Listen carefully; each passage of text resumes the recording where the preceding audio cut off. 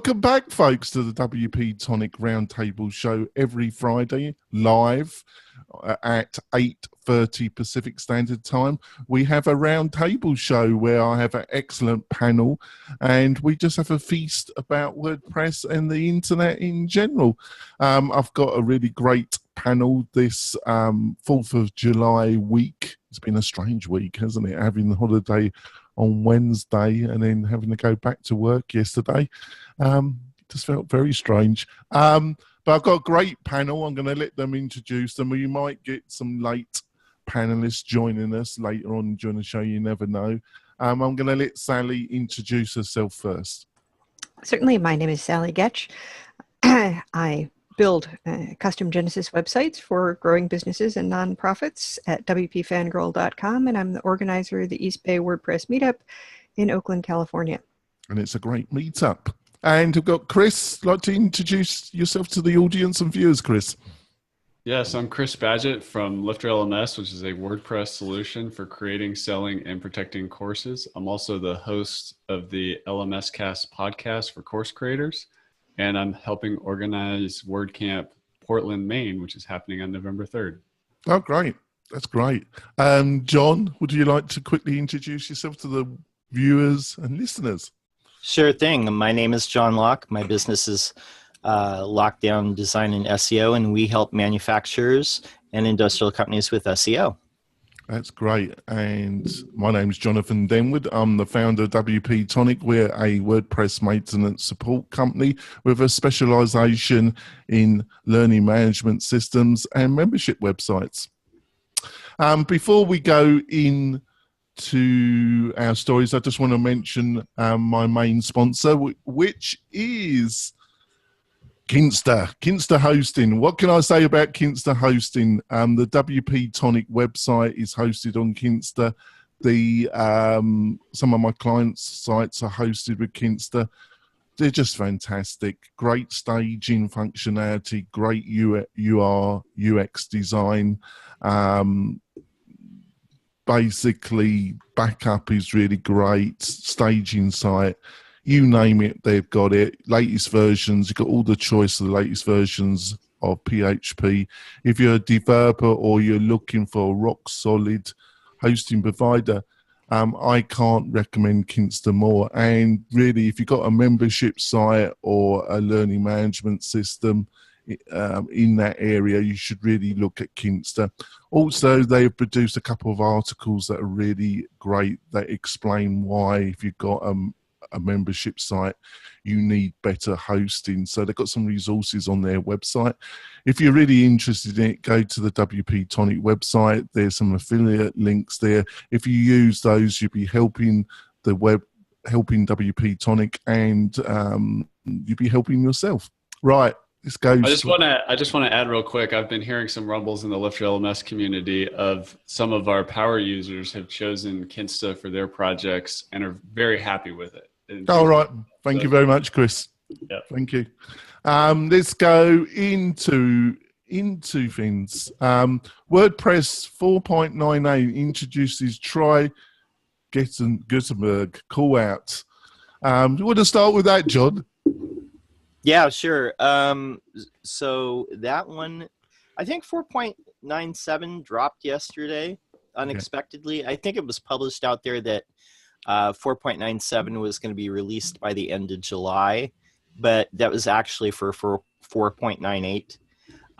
And so there's going to be a little banner up there that says try Gutenberg. Aside from that, I know this last version had some security fixes.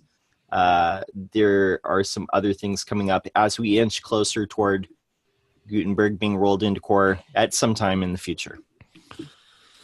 What do you reckon, Chris? I think it's very interesting, but there's something that I just want to bring up, which I call the dangerous middle, which is I'm an entrepreneur. I live in the future. I'm a marketer. But most of the clients and the people that use WordPress are not. They're small business owners or they're large companies, both of which don't necessarily live in the future. They kind of come later to the party. So the issue with Gutenberg right now is it's very, very much early days, and most of the market, in my opinion, is not going to try it out early. They're just going to kind of wait, or they're going to be surprised by it because they don't even know it's coming. So it's cool. I think it's cool for the people in the dangerous middle, the power users of WordPress and the advanced online business marketing people. But it's going to be a shock to the system when it does roll out en masse. Well, I think that's probably why they're trying to put the try it out message. I mean, they had been originally planning to put the try Gutenberg message out back in April, I think, and they backed off of that because it really wasn't ready. And I think it is probably close enough to ready that, you can try installing it and not worry that, everything that's already on your site is going to be broken or anything catastrophic like that. Now, how many people will try it before it's done? I think Chris is right about, most people being likely to be more cautious on that subject. But, having that there will help people know it's coming. And, the reason that's in 9.8 and not in 9.7 is that there was all this flap about the little security flaw with the media thing being publicly announced. And they had to rush and patch that, since apparently part of the reason that it hadn't been dealt with before was that there was a fairly obscure collection of things that would have to be true about the server and the install and the this and the that before that could be exploited. But of course, once it's publicly known that the exploit is there, it's much more likely that someone will try to exploit it. And so they had to rush out that patch, and we have 9.7 appearing, and then it will be 9.8 at probably the end of this month with Come Play with Gutenberg. Right, I think we move on to the other story. WCEU panel discusses progressive WordPress themes, AMP, and Gutenberg. Who wants to start with that one? Go on, Sally, you start with that one. Okay, since I just listened to it. This was a conversation at WCEU with some of the people who are working on various kinds of improvements for WordPress. And one of the big things that I got out of it was that, right now, if you want to have a performant version of WordPress, something that loads quickly and et cetera, you have to, install plugins, and you have to tweak this, and you have to adjust that. And, for that, large group of WordPress users who don't know that much about the web or about WordPress, that's really pretty burdensome. And so these are some of the people who are working on trying to make WordPress more efficient, from the moment it's installed. And so we had some people who are working on things that are in core, some people who are working on things related to Google AMP, and Morton, with his WP rig setup that helps try to build more of that into themes. And one of the, I don't know a whole lot about progressive web apps or service workers or any of these things, but one of the things that was pointed out was, well, there are some plugins you can install now that use service workers, but the way service workers are loaded, you can't use two of those plugins because you will have a conflict and things will screw up. And therefore it's important to have something in core that says, here, this is our one consistent API, and then you can load whichever specific items out of, service workers you think you need, the same way that you can enqueue scripts. But, because WordPress has, this script and that script in it, you don't need to re-enqueue those. They're already there.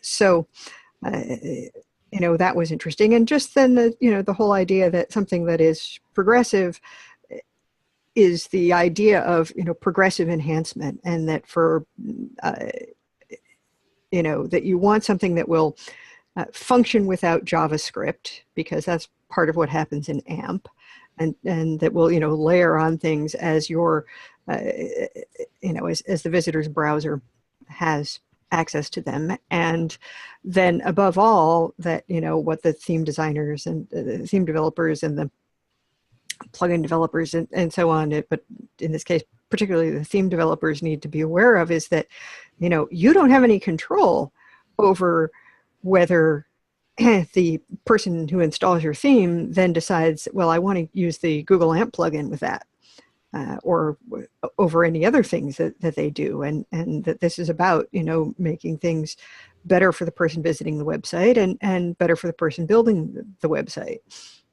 Yeah, I thought it was a great discussion. I'm gonna throw it over to John, but before I do that, John, I just want to add this question. I thought it was a really great panel. A lot of these panel discussions aren't all that great actually, but I actually enjoyed listening to it.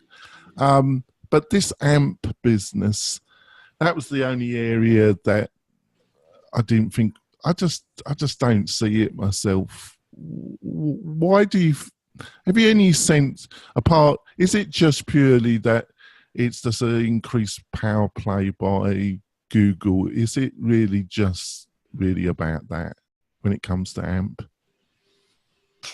Well, AMP, the accelerated mobile pages, I think that's definitely something if you are a publisher like a news outlet, or if you're a prolific blogger, if you're publishing stuff on a very regular basis, it's probably something that you should be looking into, because what it delivers, instead of delivering like HTML and CSS and JavaScript, it's delivering its own custom AMP markup, but it's a stripped down version of the page that loads faster. And part of this ties into what the panel was talking about at WordCamp Europe about WordPress and what Morton was working on with WP Rig, making it a starter theme that takes advantage of some of these things like service workers, which correct me if I'm wrong, but it allows you to still have a working page even if you're not connected, and so that JavaScript is still working. So there's a lot of things that have come about in browsers like progressive web apps and stuff like that, and that's more of what this panel was talking about. Yeah, okay, yeah. All right, I'll throw it to Chris. What did you think of it? I'm really interested in it in the same way that back in the early 2010s, responsive web design became a thing. I actually that's how I started as an agency, and it was an easy selling point of, implementing responsive, taking business owners and website owners and web application clients onto the mobile web with a responsive first approach. That's not novel or new anymore, but it was a little while ago. So I'd actually just like to quote the article here. It says, progressive development practices make it possible for a website or app to work offline, load quickly, deliver content on unreliable networks, and use device-specific features to provide a better experience for the user. For me, in the online education space with a learning management system, that is kind of the holy grail of where we would like to go in terms of what I call portable content. If you can continue the learning experience on a subpar internet connection, or even offline, at least in pieces, if you've left the building but can continue, that's really interesting to me. In terms of portable content, there's really only just audio, books, podcasts, and music. But there's so much room for other things that web applications do that can kind of come into that space if the technology was easier outside of mobile apps. So I'm personally really interested in that. I'm curious if progressive will become a thing like responsive became a thing, or if it will remain in the background as something more the engineering focuses on, but the public doesn't really understand or see the value in it. Yeah, that's some great points. Thanks, Chris. Right, on to the next story. How old are successful tech entrepreneurs? Thanks, John. So I'll let John introduce this one. What's this about, John? So this was a article. There's kind of a commonly held belief, especially around VC investors, that the most successful entrepreneurs skew younger, and they look at examples like, oh, look at Mark Zuckerberg. He was only 23 or when he founded Facebook, and this has turned out to be a bit of a myth, because there's a study that showed a person who is 40 is over twice as likely to found a successful startup as a person who's 25. And, if you're in your 40s or even 50, the odds are more in your favor than if you're, 20. Actually, like as you go down toward 20, like the odds are increasingly not in your favor that you're going to found a successful startup. And I think a lot of it just has to do with life experience. I mean, I think there's one line in this article that I think really explains it all. And investors like to put money into younger founders because they don't have things like a family or a outside life. They haven't settled down. And so they're 100% devoted to their work. And that's why they like to invest in them. But older people... Which just totally goes back to that, Yeah. bro culture of Silicon Valley, right? We're going to sleep under our desks. Crush code. I thought it was a fascinating article, and I really enjoyed reading it. I'm having the plastic surgery done next week, actually. There you go.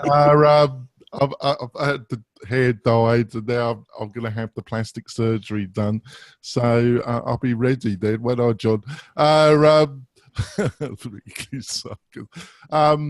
thought before I throw it over to Chris, let's do Chris. I thought the article brought up so many topics about how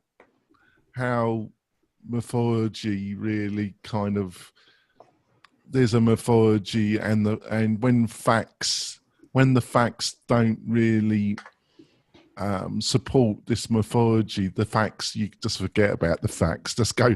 People will just go with the mythology rather than the facts. And it's been fascinating in so many areas to watch that apart from the scientific method, when it comes to push to shove, a mythology is always much more stronger than awkward facts, really. What do you reckon, Chris?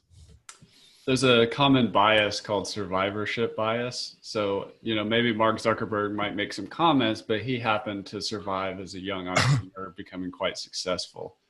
But it's easy to distort the proportion of, young founders, startup people that, didn't survive, and where's their voice? It's not really represented in the media in the same way. So there's a big survivorship bias, and that's actually relevant regardless of age.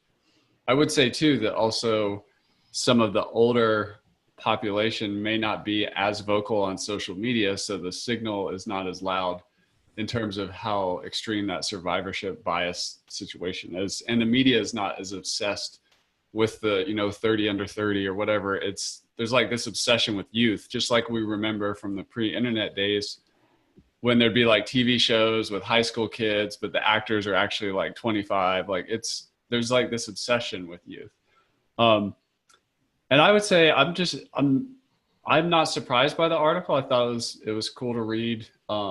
Just to share just a little personal thing about me, I didn't even really become an entrepreneur until I was like 25 or 30. I'm 39 now, about to turn 40. But if I think about my 25-year-old self or my 20-year-old self versus my almost 40-year-old self, between the gap between those points, I got a lot of experience managing people, becoming a more strategic thinker, becoming better at communication and marketing, building my network, having a lot of failures, burning behind me that I learned from. So to me, it's obvious at looking in hindsight that all that life experience, plays out in whatever it was, a 2 times higher likelihood for success as a 45-year-old. It's also, we live in a time where people are changing careers like at a faster and faster rate. So just like sort of like my story, I became an entrepreneur much later, or someone may have a corporate job that like has their side hustle trying to get into the entrepreneurship game. I think that's becoming more and more common to become an entrepreneur later. And the reality is, there's not a lot of the teaching of entrepreneurship in the traditional school system is there's a lot of opportunity for improvement there. So at least they're starting to teach it in some places, whereas that just was unheard of when I was in school, and even I imagine when you were in school. Yeah. And I think I also am recognizing a trend where I think back in the day, like if you look in the 20s or something like that, 95% of people were entrepreneurs, you know, the whatever Smith of whatever trade and doing their thing. And I think we're heading back in that direction. Like entrepreneurship is becoming more and more popular and a way of working in the world that we're heading back towards that way. And I just want to add one more note I had written down here, which was when I go to conferences, tech conferences, or, you know, like entrepreneur mastermind type activities and stuff like that, I'm hanging out with like 30 plus, 40 plus, 50 plus year olds. You know, there are some younger people there, which is great. I love the diversity. But when I go to these things, the people are about 40 years old in the majority, at least the ones that I go to. And I'm not going to them because I want to go hang out with people my age. That's just who shows up. That's great stuff. What do you think, Sally? Experience counts. You know, there really isn't a way around that. And, you know, and you can see that in all the like poorly crafted tech job descriptions that recruiting companies put out, like, you know, because we want a developer who has, you know, 5 years of experience in a language that was created 2 years ago. That, you know, people do want experience, and yet there is this cult of youth. But if you think about it, it is, you know, it only makes intuitive sense that somebody who has been around enough to have a chance to try and fail, you know, in different areas, and to learn something about how business works and how people work, and is going to have a better chance at succeeding than somebody who has no experience at all. And, you know, the person who has no experience at all might get lucky. And then, yes, that's news because it's so unusual. It's not new, you know, it's not newsworthy if it happens to everybody all the time. You know, what happens to everybody all the time is that they start businesses and the businesses fail.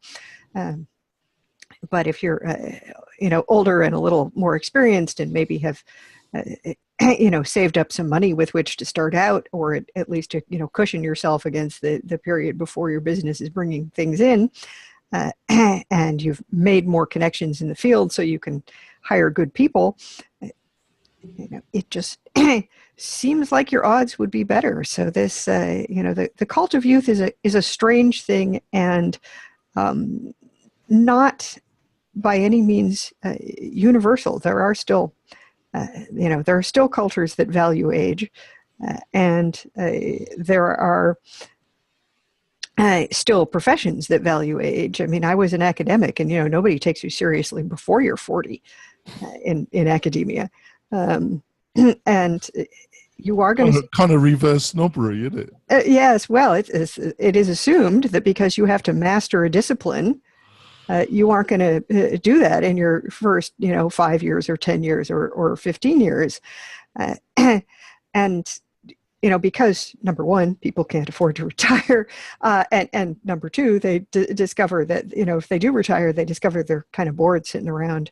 You know, you have a lot of older people who have retired and are starting some kind of a business, you know, in their 60s. Yeah. Where to take this? I was just going to ask you, Chris, you know, because also the kind of mentality the article was describing is also driven by VC I would call them the realities of VC investing, which don't really match up probably a bootstrap business, what they're looking for.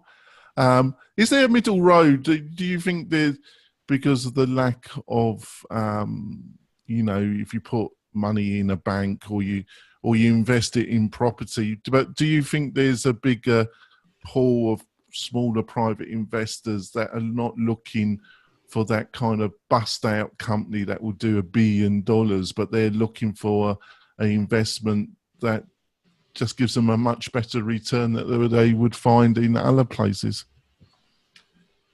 I'm sure there is a middle way. There almost always is. And that actually ties into another one of the articles we might get to today. I'm a bootstrapped entrepreneur, and I do not have a lot of experience with venture funded startups, but I have been around the culture of it somewhat. And from my understanding, when I have had conversations with venture capitalists and what they look for and, those kinds of things, I think they are open to it. They really care most about the people and, the idea, market size, like age. I think there is a stereotype that, people are sleeping under the desk, free coffee, free food, work through the weekend. But from the VCs that I've networked with and talked to, it's more about the leadership, and the idea and the market size and the numbers, as opposed to like the financials. And, they can see opportunity in a small startup. If the numbers and, the ARPU and the churn and the CAC and all these numbers are looking good, but what I do see a lot of, I will say, is that the team that comes into the venture capital startup is often young. I was once at a conference that had the same user, it's put on by a tech company that had literally the same number of users as I do at Lift LMS. And they had like a 50-person team. And there was like all these young faces. And I'm like, wow, there's just, I could just see the difference. I like stepped inside that world and could see what it would be like to operate without constraints. But the founder and the CEO of that company is older than me. He's probably like 55. So, yeah, just making that note out there. And whereas my team, I typically, I don't discriminate based on age or anything like that.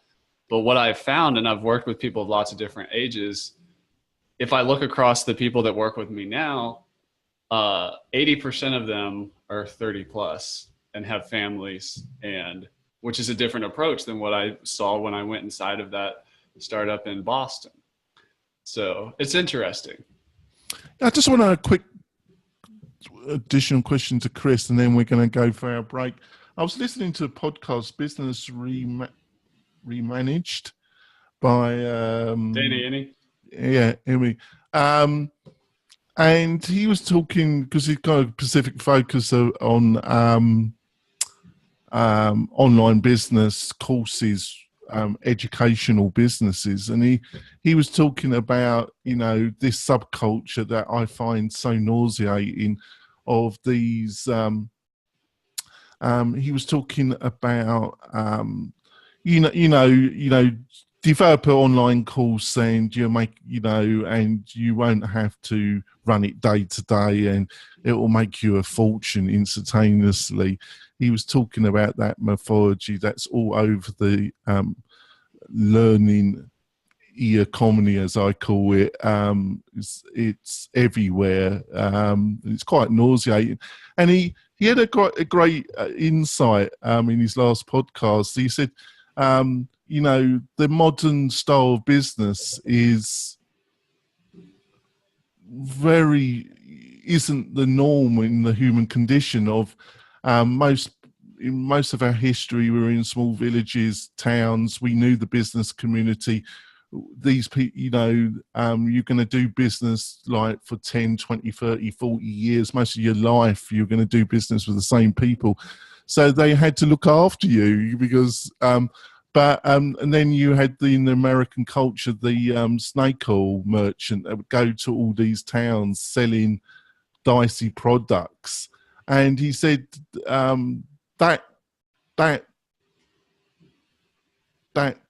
kind of individual is the kind of digital culture in a way. Am I just muffling, or have I got something? No, that's a really good point. And Danny Inney behind that podcast is a good friend of mine, and I've been around his work and his material for a while. But one of Danny's main trends that he identifies is that online education, or more broadly, online business, is going mainstream right now.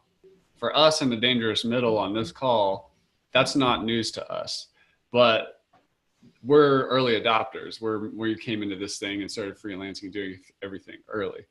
But in the early days, in the Wild West days, there was, stories of make money online, grow this giant email list, and, launch. And then this whole personality just disappears or pops up somewhere else with more snake oil in a different location. But as we are turning mainstream, that whole Wild West, traveling snake oil salesman with, the dollar bills flying out of the computer screen, is really, it's just not working like it used to. I remember. Well, is it? Because I'm sorry. The first time go ahead. I'm sorry to interrupt, but every time I go to my YouTube channel, it's this freaking young geezer with a whatever he's got. He's got either a sewing machine and a Ferrari in the background. Hi, Lopez. I just want to fucking shoot the bastard. Nothing personal, mate, but I've just had enough watching you interrupting something I want to watch, mate. And there seems to be a whole group of these people, and they must be getting results, Chris, because they're coughing up enough money to YouTube, aren't they? Yeah, well, there's a difference between exploiting an inefficiency in the market where they found I love that. Versus, I love that. Like creating real value. So if you're going to do an entrepreneurial venture, I would not want to be somebody who goes for a quick win on some gap I see that could close up very soon, like figuring out YouTube pre-roll ads with aspirational kids who are trying to figure out entrepreneurship or whatever. Like that may work still today. I'm not saying the Wild West is over. The frontier is still out there, and we can't just sit back and rely on the government to protect us all and lock everything down. I like the open economics, the free market economy, but if people are going to sell dreams, I'm not interested. I'm interested in course creators, online business creators they could have a dream and an aspirational component, but it really needs to deliver reliably and dependably the transformation and the results promised in the marketing. Otherwise, we're just merchants of hope and taking people's money for something that doesn't work. And that is the foundational principle. If you're thinking into getting into online business or creating digital products, does it work? I think is the fundamental question. And that's when you answer that question. And even if it works some of the time, you're always trying to make it better and figure out how to solve for people who have more challenging circumstances than some of your customers. That's good. That's fine. You're heading in the right direction. But if you know that you have a 1%, 2% completion rate and you figured out a marketing funnel that works for paid acquisition, and people they fall out of the program and nobody's sending you testimonials, you have a serious problem on your hands. Right, I thought that was great. We're going to go for our break, folks, and we'll be back, and we've got some more stories to discuss in the second half of this show, folks. Be back in a few moments. We're coming back. The snake oil man is coming back. On to the next story. I thought Danny had as I was listening to the podcast, I thought it was a bit snowflakey myself as I was listening to it. But when it came out, I thought that insight that the modern capitalism is, a lot of it is based on snake oil sales techniques, basically. Well, that's been around, since the dawn of time, it seems, and it just keeps taking new forms as people see that. I can get rich telling people how to get rich.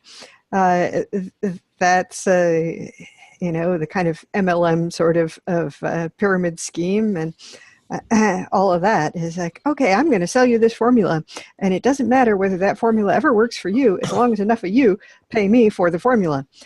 And you can make money for a while like that, and then eventually people are like, well, forget you. You're just a scammer.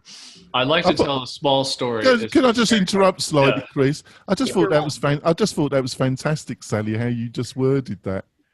I just thought that was really fantastic. Sorry, Chris.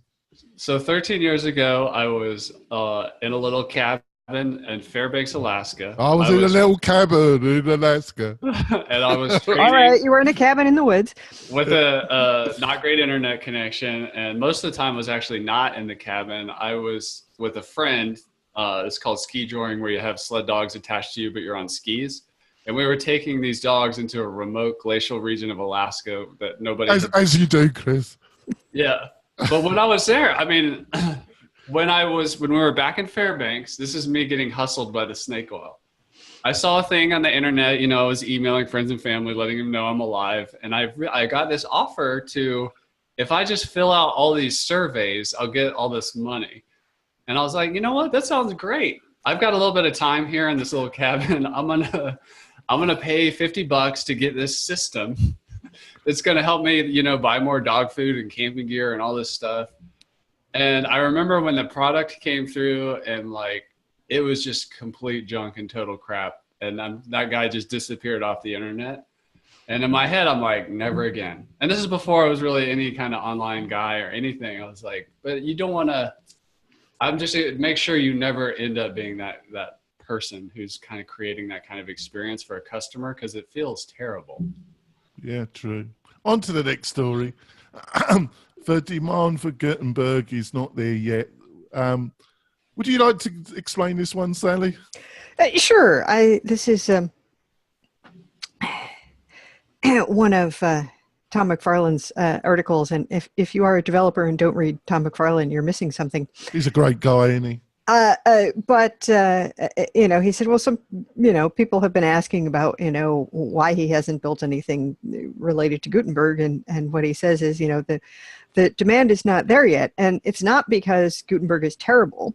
It's because since Gutenberg hasn't been released and people haven't had a chance to play with it, nobody really has a sense of what could be done in order to be able to ask for anything. And I think that's probably true. There's only a fairly small handful of folks who know things. So basically what he says is, once Gutenberg is part of core and becomes the de facto new editor, people will have a need to have their work be compatible with it, but no sooner. So this is why, although there are certainly plugin developers that know they have products that where it could be an issue, like, advanced custom fields and, Yoast are working very hard already to create compatible stuff. But in a lot of other areas, it's just not clear yet. And most people are not going to want to build something where they don't have customer demand. Yeah, I thought it was like his posts are normally very high quality. He's been on the show, and he's just a great kind of representative of somebody that's contributed a lot to the WordPress community in a consistent and straightforward way, really, I feel. I was discussing with this whole business. In some ways, I just don't know why they just didn't buy Beaver Builder and just integrated it into the core WordPress and be done with it. They did it with WooCommerce. They bought WooCommerce. And they haven't done any noteworthy integrating with it yet. Well, that's something else we could discuss in the show, but maybe next week. But honestly, I really don't know why they didn't buy there was a number of page builders out there that I would have attempted to buy Beaver Builder, and I just would have integrated it into the core WordPress, and that'd be. What do you reckon, Chris? That is an interesting thought experiment. And is that you being tactful, Chris? No, it's just everything I hear is always a theory or an assumption. That's the way I True. look at the world. But, especially in my mind, Chris. yeah. But I think it would be interesting if they had, integrated a best-in-breed page builder like Beaver Builder, which is a great product. I was just building a course sales page with Beaver Builder over the weekend, and I had a ball. But going back to Gutenberg, this is that dangerous middle thing that I was talking about earlier, where there's only so much companies are going to do who live in the future. We're at Lifter LMS, we're preparing for Gutenberg. We always have it open when we're building new tools and doing our stuff. And we're getting ready for it. And we have a plan for how to best use it in online course membership community. But most people don't live in the future. So this is going to happen when it does roll out. It's going to be like this little chatter of conversation that's happening around it now, which has been great. There's been lots of good, challenging conversations and people chipping in and coming into GitHub and doing all this stuff. But when it rolls out, it's going to be a dramatic change where the noise level on the conversation around this is going to go way up. And I think a lot of companies there's going to be a period of catch up. Like this, I would hazard a guess or an assumption that most WordPress product plugins and themes are not going to have any Gutenberg ready stuff done in advance of the public release. So that's my assumption, though. I would agree with you there. Yeah. What do you reckon, John? Why didn't they just buy Beaver Builder and just, The world will never know. But with Tom's article, this kind of calls back to our first story where they're in the next version of WordPress, the minor point release, they're going to add a banner for people to try Gutenberg, because if you look at the plugin page, there's only 10,000 active installs at this point. I can tell you for a fact that if you're not one of the people who listens to WordPress podcasts like this one or reads WordPress blogs, then you probably have no awareness that Gutenberg is even a thing. Yeah. I can tell you that with dead certainty that a lot of agencies out there still are not preparing for this because they're just not aware of it, because they're not knee deep in the WordPress community. They just look at WordPress as a tool to get stuff done and build a site, and that's all the thought that they put toward it. And my concern more is toward a large part of the WordPress ecosystem, which is the ThemeForest themes, which were built and then have never been updated. Because this is how people perceive WordPress. It doesn't matter if you're got somebody like me or Sally or you to build them a site, or if they hooked up a theme off ThemeForest or Array Themes or Elegant Themes. To them, it's all WordPress. And when Gutenberg drops and these themes that haven't been updated in 3 or 4 years don't work correctly because nobody's developing them, that could be a potential bad thing that happens.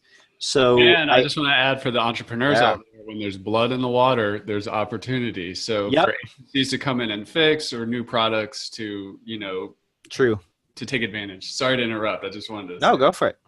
Yeah, no, you're both right, but I think long term, long term, I agree.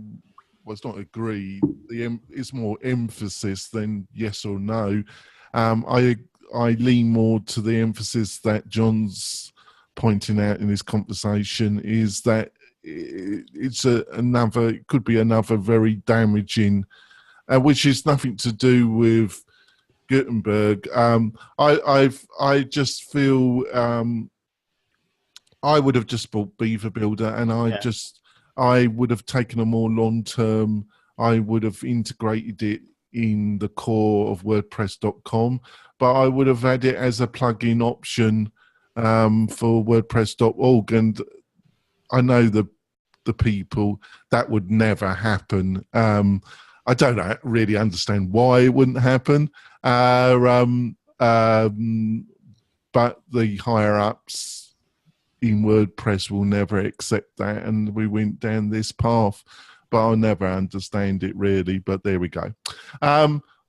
On to the next story. And I'm going to butcher this guy's name. So, Maeda? John Maeda?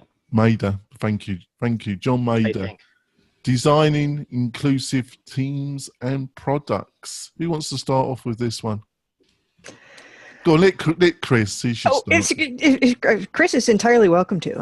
I came across it and I have opinions, but Chris is our entrepreneur and runner of teams. So I would just say the article struck me more philosophically about the power of inclusion, and what that means is it's so easy to get dogmatic or polarized in anything, but in the context of building a business or taking a stance on an issue or politically. But what I really liked about what the guy in the video, somebody who grabbed his name, was saying is things really started opening up for him. And when he started opening his mind, and he was a Asian American guy, I believe. He spent some time in Eastern Kentucky with coal miners and traveling around and realizing all these different ways to see the world. And one of the things that he noticed with the coal miners is after spending 30 minutes with him, he realized like, oh, this is why they don't like Obama and how it's affected their world, where he was probably just like, Obama is, the best thing since sliced bread.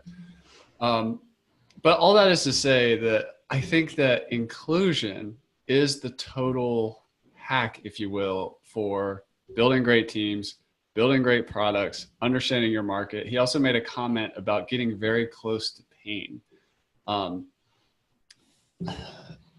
Whatever your industry is, and whatever, if you're serving small business owners, or you're serving teachers, or you're serving companies that are trying to get, more leads in the door, it's about getting out of the building and including their perspective in your thought process. If you're just like inside your head all the time and not open, you just miss out on all these opportunities. So that's the big takeaway for me. And I think the best way to kind of make that actionable advice is to go to places that make you uncomfortable, both geographically, socially, culturally, philosophically, and spend some time there with an open mind, and don't just pick a side. Like really listen to what this particular group is saying and ask questions and try to get to the root of where they're coming from, identify the assumptions that make them who they are.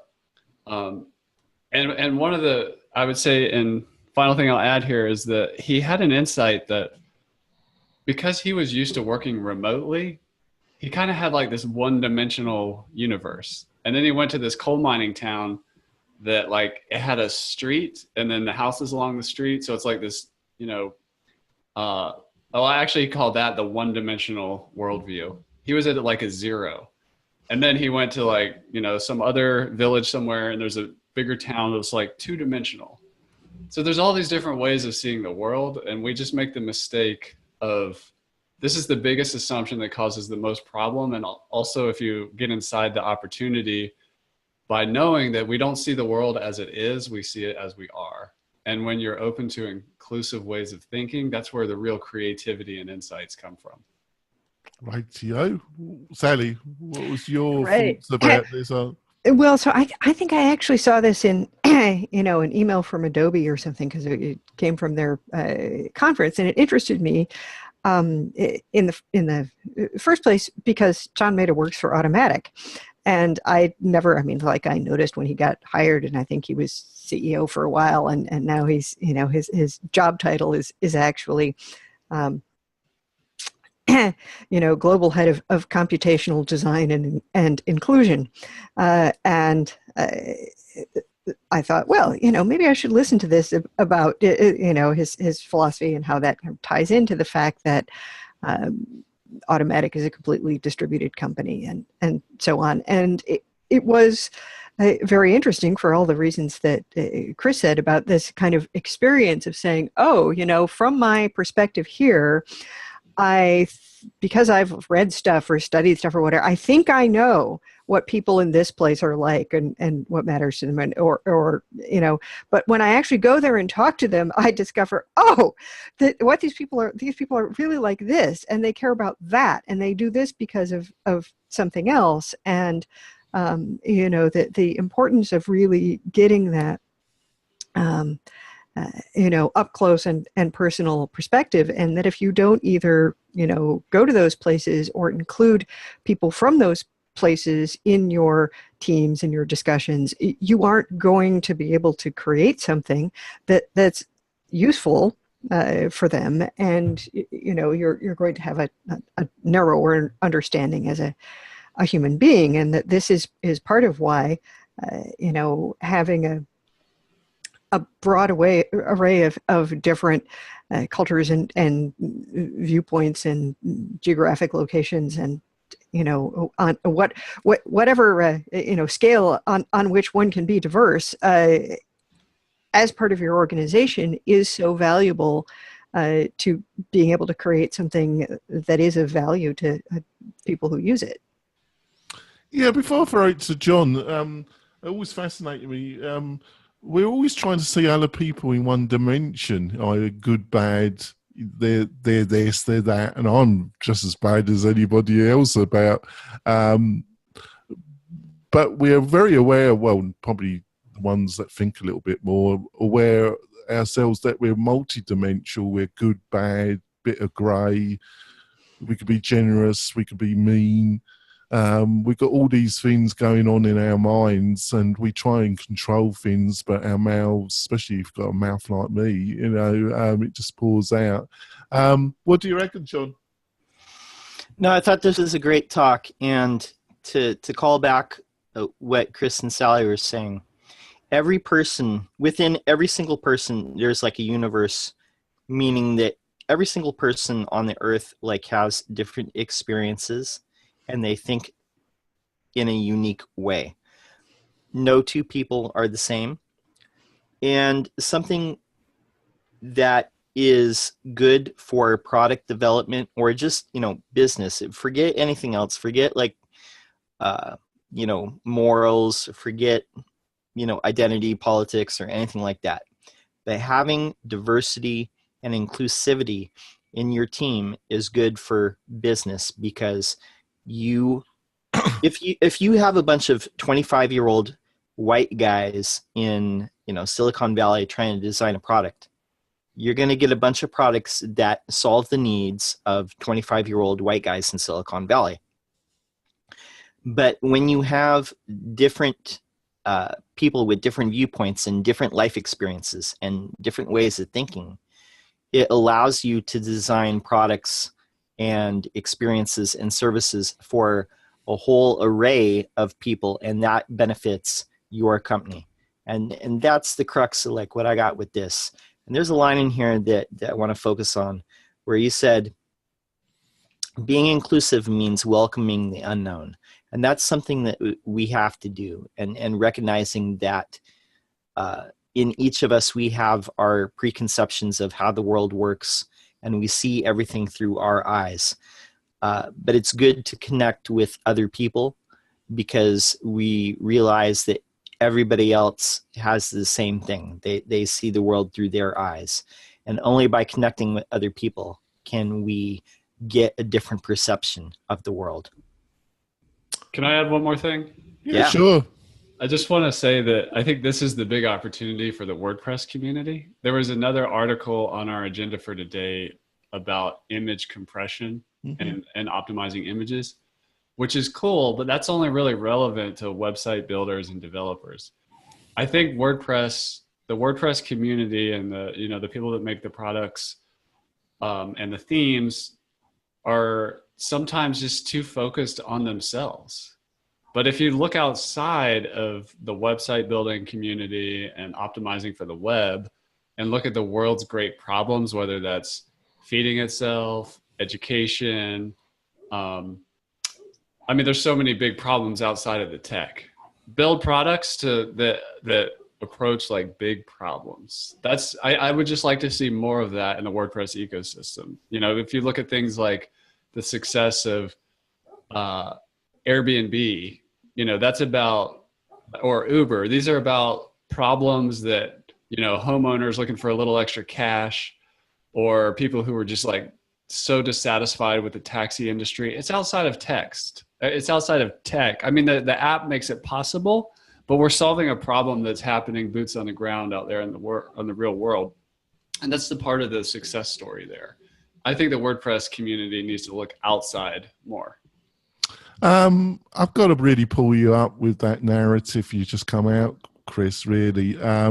You've just described two companies that have their positive side, like I'm not going to throw them totally under the bus, because the narrative that you've just given about those particular two companies is true. But there's another side of that narrative as well, like Uber, hiring people. Your daughter might get into a Uber and she might be raped by the driver because they can't be bothered to do proper background checks that a licensed taxi has to go through, especially in London. And their license has just been given back because they sacked their CEO and got a person on message, and the London market is one of the biggest markets in Europe, and they hired a lot of very expensive lawyers, and they've made a lot of promises to the regulative board that regulates taxis in London. They've made a lot of promises, but their track record is appalling. Not only externally, but also how they treat their employees. And it goes back to this podcast again, as you were talking, as you were coming out of that narrative that I really disagree with you, Chris, is that this podcast game, The Business Remanaged, because he was describing, another part of it was he was saying there's a lot of companies that there's a shoe company, you buy one pair of shoes and they donate a pair of shoes to the third world. Tom shoes. Yeah, he was saying there's a lot of that going on, but the actual core of the company is pretty rotten. The reality of the company is not that great, but this is just kind of just painting over the cracks, really.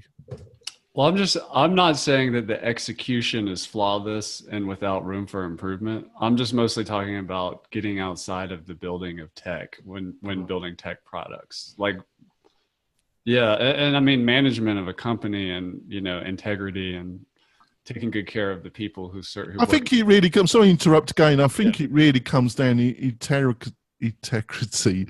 Really comes, are you prepared to do something that will hurt your back pocket? Are you going to really do something that is right, but not destroy you financially, because that's you're up in it, but will hurt the company on the short term and maybe a little bit on the medium term, but it's the right thing to do?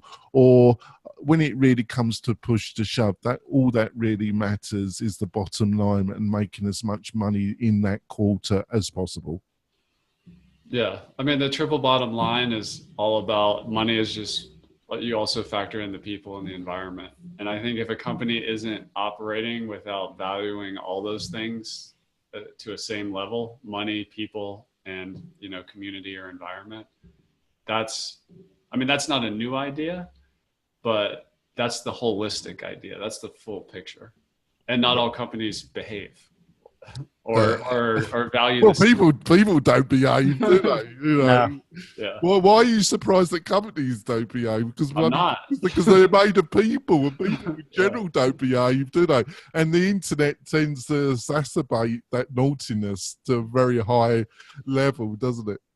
It does. Yeah, I think we better end it now. I think we've had a great discussion, actually. It's wandered a little bit, but I think we've had a great discussion. Sally, how can people find out more about you and what you're up to? You can find me at WPFangirl.com. You can find the meetup at eastbaywp.com. And I'm at Sally Getch on Twitter and most other places. And Chris, how can people find more about what you're up to and what your company's doing? You can find me at lifterlms.com or over on my podcast called LMS Cast. And also, if you're watching this live, or I'm not sure when the episode's going out, we're doing a webinar with Jonathan on Monday, July 9th at noon Pacific, 2018. That I would encourage. I'm getting hot and bothered already. Yeah. I've just got all hot actually, and I've got very. So we're gonna talk about some mistakes that people make and how to avoid them in the course creation space, and I'm really looking forward to that. If you need help finding where to register to get on come to the webinar, just send an email to team@lifterlms.com or hit up Jonathan and we'll get you the link. But so that's coming. And if you're watching this or listening to this later, we also post all our educational webinars for view forever. So you can find that on lifterlms.com as well. Yeah, thank you so much. I did a terrible job. You saved me there. Thank you so much, Chris. And John, how can people find out more about you, John? Well, you can head on over to my website, which is lockdownseo.com. And I would encourage you to come check out my YouTube channel as well. I'm posting stuff at least every week. I think I posted 2 videos last week. Getting more subscribers. It is pretty awesome. How did the people get a hold of you? Oh, it's really easy. Obviously, I'll be on a webinar Monday, but also go to the WP-Tonic website and find out more about the podcast. We've got some great posts about Lifter NMS. And about learning management systems. We've got a couple articles, really long articles coming up this month that I will be writing. I'll be writing about choosing the best hosting provider. I'm going to tick on Brian Jackson about his quality article. So it's going to have to be pretty good, isn't it? I'm going to have ink on my face. There's going to be tons of stuff on the WP-Tonic website.